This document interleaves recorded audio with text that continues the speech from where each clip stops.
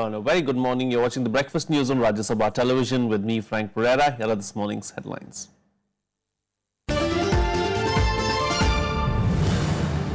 Vice President arrives in Bangkok for a 3-day visit to Thailand, meets Thai Prime Minister and top leaders to boost bilateral relations.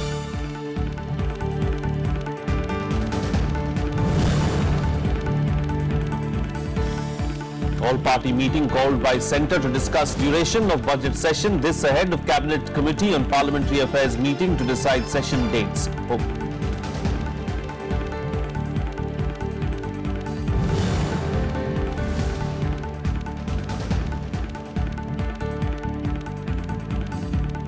Home Minister Rajnath Singh blames Pakistan for all the attacks in India, says News Delhi will stand in Islamabad and take concrete steps if Islamabad does something about it.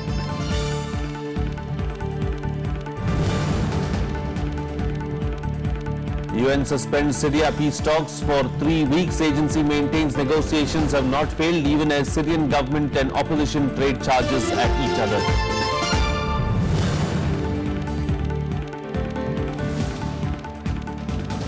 And Hyderabad-based biotech company claims breakthrough in finding vaccine for deadly Zika virus. This as the US reports first sexually transmitted disease of Zika.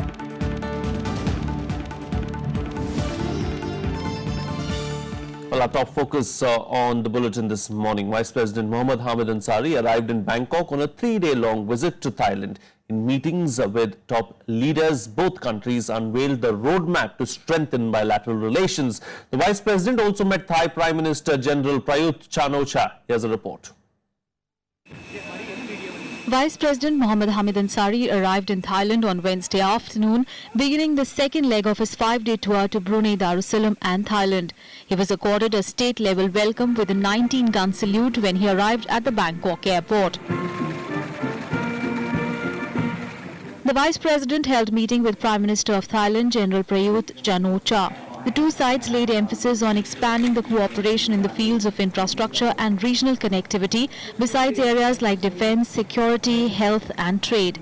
Our cooperation both bilaterally and in the ASEAN grouping encompasses diverse areas of mutual interest, including trade and investment, science and technology, education, and cultural exchange. People-to-people contacts at various levels are the bloodstream of our friendship. I am pleased that our two countries have taken important steps in the pursuit of closer cooperation, stronger connectivity, and greater commerce. Both nations already have long-standing defence ties, with special emphasis on anti-terror cooperation and military exercises. To pursue it further, Deputy Prime Minister of Thailand, along with the Defence Minister, will be visiting India later this year.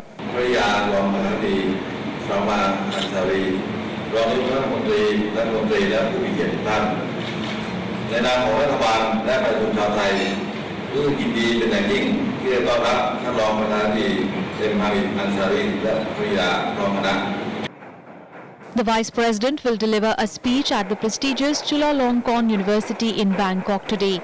He will also address the Indian community in Thailand at a reception which will be hosted in his honour by the Ambassador of India to Thailand.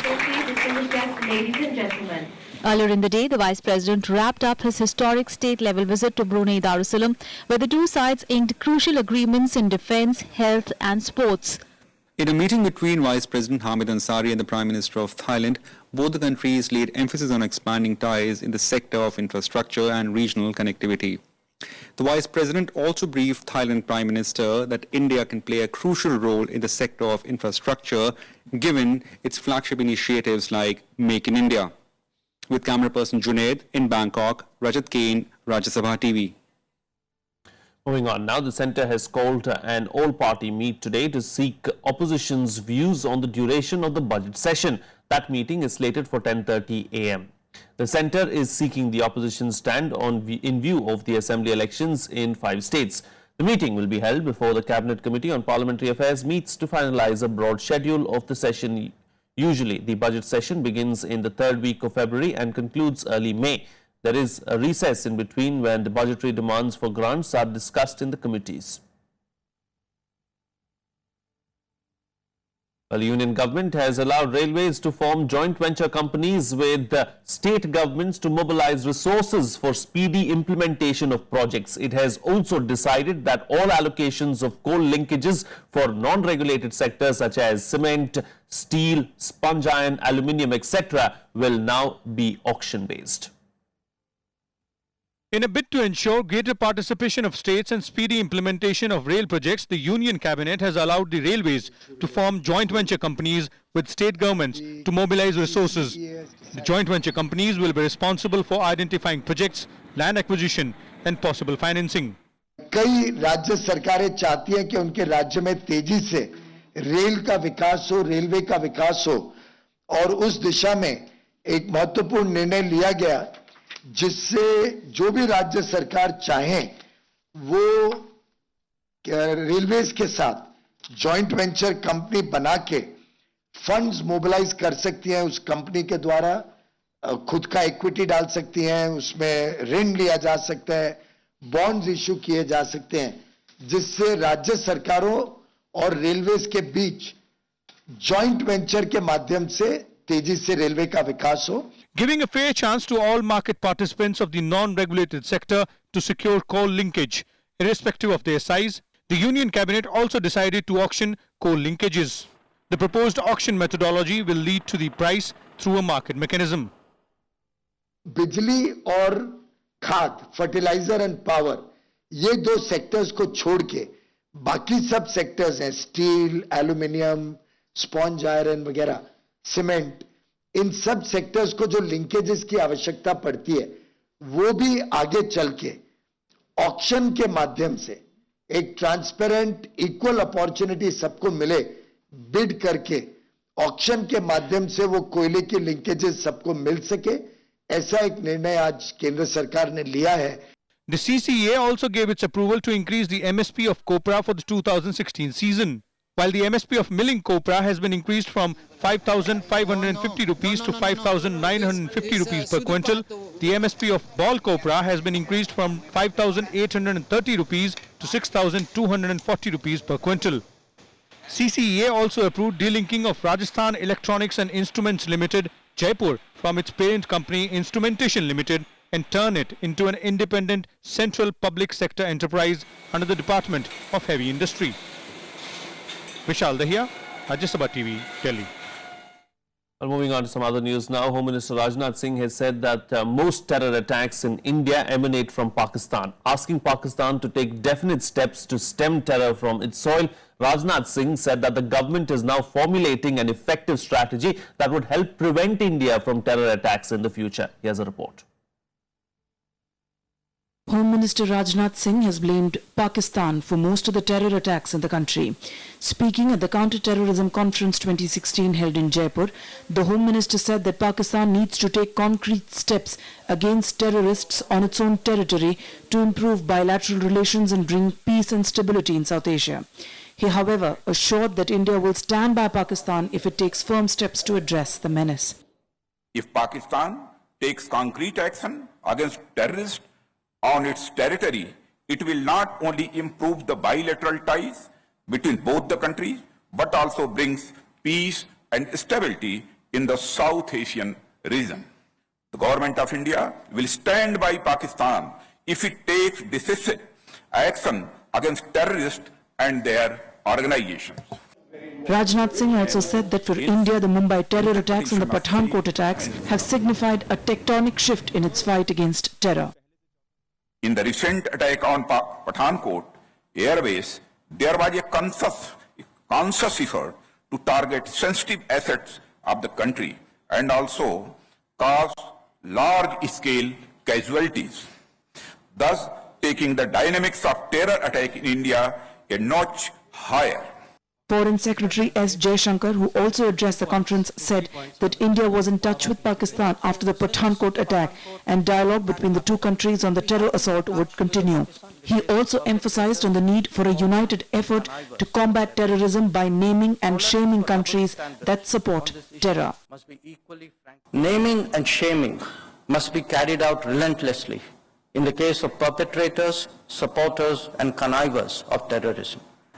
Tolerance for double standards on this issue must be equally frankly exposed. President Pranab Mukherjee, who inaugurated the conference, said that militancy was like a cancer that can be cured only if the world joined hands without political considerations. Bureau Report, Rajya Sabha TV.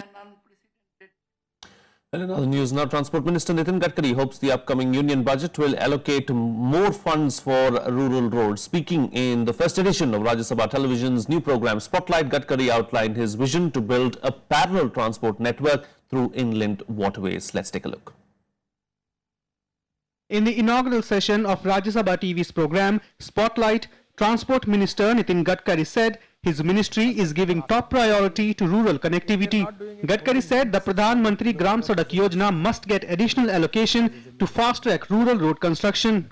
Rural connectivity, you are absolutely correct, because I am the responsible person who prepared that Pradhan Mantri Gram Sadak Yojana. But we need more money for that, and the situation is not good. And we should give highest priority for rural connectivity. So for this year, I am pursuing to the finance minister. If you want, you can subtract some amount from my budget but give it more to the Pradhan Mantri Gram Sadak Yojana. And probably this year, probably Prime Minister will give the priority for that. And it is really an important issue and heart of the subject. And my opinion is government should give highest priority for that, for rural connectivity. Gadkari, who is also the Minister for Waterways, expressed disappointment over the stepmotherly treatment accorded to inland waterways. He said countries like China, Korea use waterways more than road transport. The waterways where we need to give highest priority, there is a budget of 1,000 crore. And the road sector, which creating more pollution, more accident, they have a budget of 45,000 crores.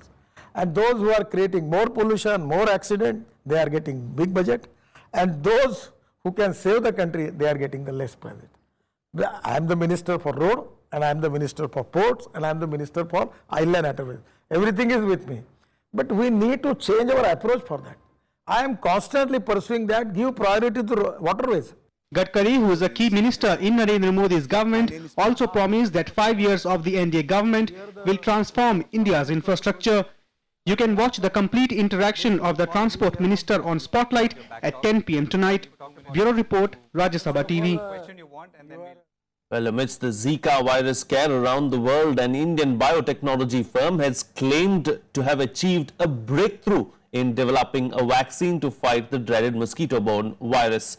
Scientists at the Hyderabad-based Bharat Biotech said that they have submitted 2 vaccine candidates to the government for patents. If approved, they will be able to manufacture up to 1 million doses in the coming months.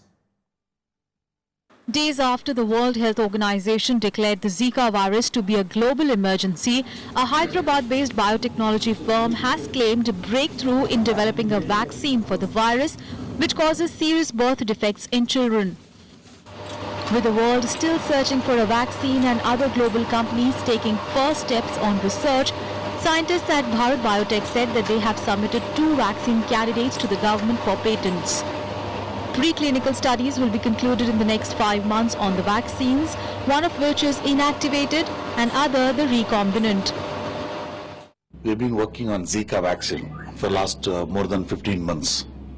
The reason we are working, because chikungunya, we've been working on chikungunya vaccine, and we made a vaccine and it's now in the clinical trial, and we got 2 patents. So we thought ultimately if chikungunya comes to India, then what is next?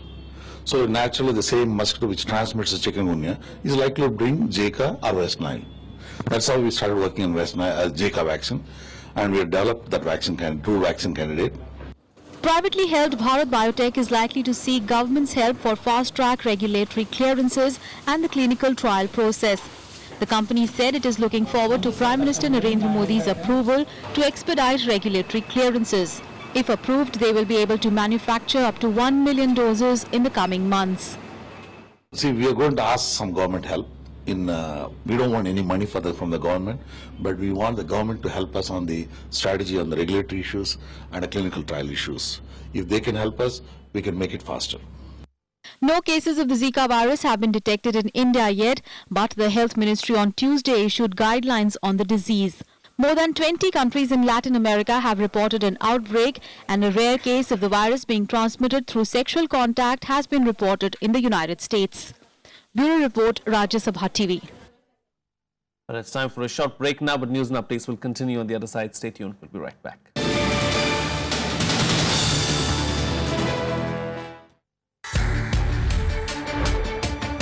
India's biggest newsmakers. Opinion makers of the day. I had two questions. India, we all know we have been having the focus is really on highways. They are not stepping out and say that we will do it. In direct interaction. You can donate eye, but you cannot donate vision. The lack of the vision is an important problem in the country. RSTV takes television programming to a whole new level. Watch Transport Minister Nitin Gadkari in full flow on Spotlight, Thursday at 10 p.m.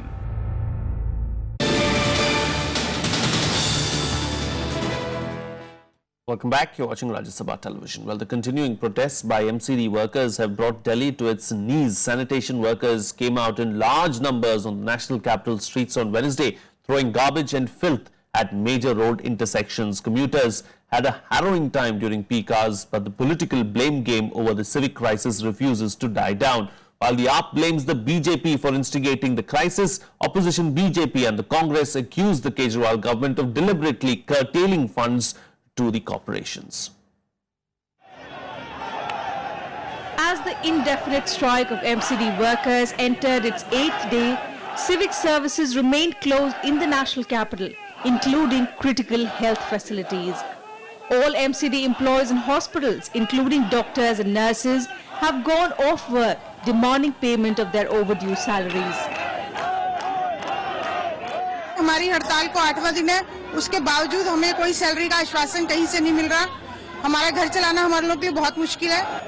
Sanitation workers too blocked major roads in the national capital, throwing peak hour traffic out of gear. Agitated workers spilled garbage on crucial road intersections, bringing traffic to a standstill in many places. Teachers of MCD schools have also threatened to intensify the stir if a permanent solution is not found soon.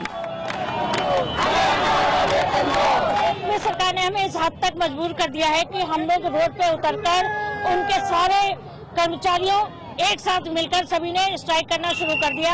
27 तारीख से strike चल रहा है और आज तक चल रहा है, लेकिन केजरीवाल, दिल्ली सरकार और केंद्र सरकार, निगम सरकार किसी के कानों पे कोई जू नहीं रेंग रहा है. Meanwhile, the political slugfest over the crisis continues. The Aam Aadmi Party has accused the BJP of instigating protests and politicizing the issue. Chief Minister Arvind Kejriwal even alleged massive corruption in BJP-led civic bodies, saying his government does not owe any money to the workers. He, however, said he would loan 550 crore rupees to the municipal agencies so they could pay the workers. 13-14 में इनको 559 करोड़ रुपए मिले थे दिल्ली सरकार से. 14-15 में इनको 545 करोड़ रुपए मिले थे दिल्ली सरकार से. और हम लोगों ने इस साल इनको 893 करोड़ रुपीस दिए हैं. पिछले 3 साल में हर साल इनको 550 करोड़ रुपए मिलते हैं. हम लोगों ने इनको लगभग 900 करोड़ रुपए दे दिए, ऑलमोस्ट डबल पैसा दिया है. तो एक प्रश्न ये उठता है कि अगर पिछले साल तनख्वाहें दी जा रही थी, पिछले 4 साल से तनख्वाहें दी जा रही थी, तो इस साल डबल पैसा मिलने के बाद भी वो तनख्वाह क्यों नहीं दे पा रहे हैं? ये पैसा गया कहां? But Kejriwal's solution didn't find any takers in the Congress or the BJP. He has a historic mandate. In that mandate, there are thousands of things that he and his government can deliver for Delhi and its citizens. But instead of that, he always focuses in finding blame with others or trying to do work which is not in his area of work. इन्होंने इस वर्ष सिर्फ 1 करोड़ रुपया, एक मजाक है corporation के साथ में, 1 करोड़ रुपया सिर्फ बजट एलोकेट किया लोन के लिए. अब जाकर के ये 550 करोड़ रुपए लोन आज इन्होंने दिया है. अगर अपने बजट में दे देते, यही अगर वो पहले दे देते, तो आज ये दिक्कत नहीं होती. Thousands of MCD workers have been on strike for over a week, paralyzing all civic bodies. Their protests have led to mounds of filth piling across the city, giving citizens a harrowing time. Bureau Report, Rajya Sabha TV. Meanwhile, the government has released detailed instructions and tables on the implementation of its one rank, one pension scheme for military personnel. This is a follow-up to the notification on OROP on November 7th last year. According to the notification, the annual recurring cost of the scheme would be 7,500 crore rupees. The arrears for 18 months from July 2014 to December 2015 would be 10,900 crore rupees. According to the government, 86% of the total expenditure on account of OROP would benefit Jawans and junior commissioned officers. However, the OROP notification had been rejected by ex-servicemen who said that it was in violation of the accepted definition. They met Finance Minister Arun Jaitley and sought changes in the notification. They submitted a memorandum seeking corrections. One rank, one pension definition has been approved by two parliaments, by two governments, by their own duly constituted committee called the Koshari Committee. What has been finally announced is a direct contravention to a whole lot of that, and hence ought to be rejected. It is definitely a step forward. I am sure that the government is trying to make some amendments to it, but equalization after every 5 years is not acceptable. Another thing which is very important is that the 7th CPC has to be completely independent of it. In other news now, rescuers are searching for 10 soldiers feared buried in an avalanche in Siachen. The soldiers were hit as they patrolled the glacier at an altitude of 19,000 feet. The incident happened early on Wednesday morning as the soldiers patrolled the northern Siachen glacier, dubbed the world's highest battlefield. Rescuers from the Army and the Air Force are searching for the soldiers. Avalanches and landslides are common in the area during the winter season, with temperatures dropping to as low as -60 degrees Celsius. Last month, 4 soldiers were killed in an avalanche, while last year another 4 died when their vehicle was buried under an avalanche near Leh. The estimated 8,000 troops have died on the glacier since 1984, many of them from avalanches, landslides, frostbite, altitude sickness or heart failure rather than combat.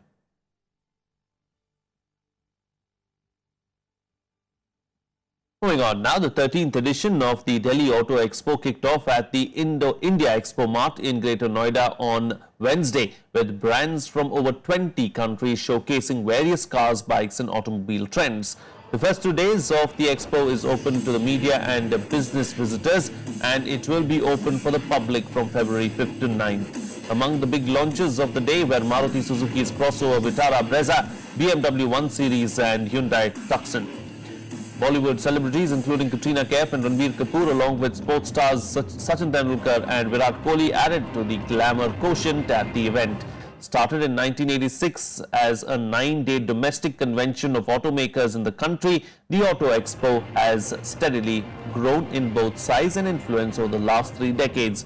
India is also becoming a low-cost export hub for global car makers and is set to become the world's 3rd largest auto market by 2020.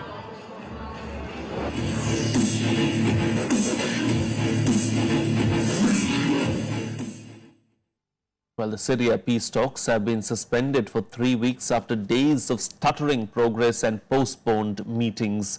UN failed to get the Syrian government and opposition in a dialogue as the two sides traded charges at each other. UN says negotiations had not failed, but said it needed immediate help from international backers led by the United States and Russia. I've therefore taken this decision to bring a temporary pause. UN brokered peace talks with the Syrian government and opposition suspended only 3 days after they began. UN envoy Staffan de Mistura announced that there was more work to be done, but insisted negotiations would resume on 25th of February. However, it is unclear whether peace talks will in fact resume. This is not the end and it's not the failure of the talks. Why? They came and they stayed. Not only, but both sides insisted on the fact that they are interested in having the political process started. The latest developments highlight the enormous difficulties of finding a political solution to the Syrian war and the world's worst humanitarian crisis. The Syrian government and opposition have been trading charges and again blamed the other for the collapse of the round. The government delegation accused the opposition of acting under the orders of Saudi Arabia, Qatar and Turkey, while the opposition demanded an end to the airstrikes on rebel areas for talks to begin. Failure, yes, there is a failure. It's a failure of everybody except the government of the Syrian Arab Republic, because we responded positively to the invitation, while the others arrived 6 days late, and they refused to engage with him at the Palais des Nations. والذي يتحدث عن وقف القصف على المناطق الآهلة بالسكان. We talk about stopping airstrikes that target civilians in Syrian towns. وقف القصف على المشافي والمدارس والأسواق. Meanwhile, the US partly blamed Russia, saying its airstrikes were deliberately targeting opposition groups. Airstrikes are continuing, with government claiming to cut a key supply to the rebel-held city of Aleppo. It also broke the siege of Nubul and Zahara, 2 towns northwest of Aleppo. We continue to see more Russian airstrikes in and around Aleppo. Strikes not aimed at Daesh, but rather almost exclusively on the opposition. More than 250,000 people have died in almost 5 years of war in Syria. 11 million others have fled their homes as forces loyal to President Bashar al-Assad and those opposed to his rule battle each other, as well as Islamic State group.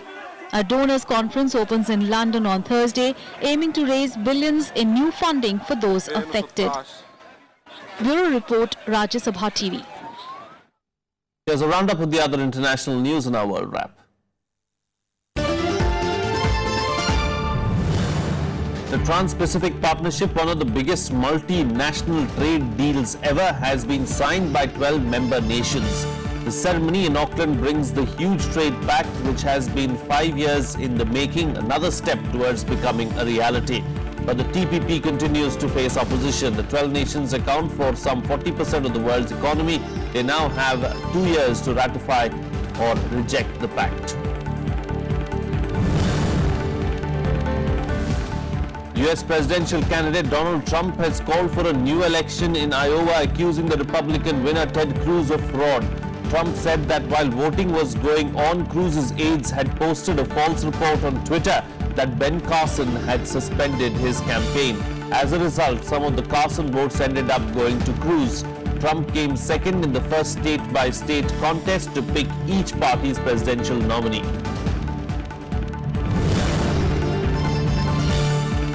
US President Barack Obama has condemned what he called inexcusable political rhetoric about Islam.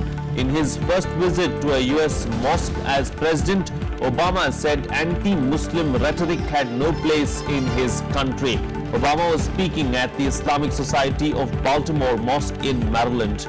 His remarks are being seen as an apparent attack on Republican presidential candidate Donald Trump, who has called for Muslims to be banned from entering the US. British Prime Minister David Cameron urged MPs on Wednesday to support a series of European Union reforms at a Brussels summit next month ahead of Britain's EU membership referendum. The deal presented by European Council President Donald Tusk on Tuesday has so far received a warm response from European capitals which must approve it. But at home, Cameron faced more than 2 hours of hostile questioning from established Eurosceptic ruling party members who have called Cameron's renegotiation as a waste of time. That's it on this edition of the Breakfast News. Have a good day.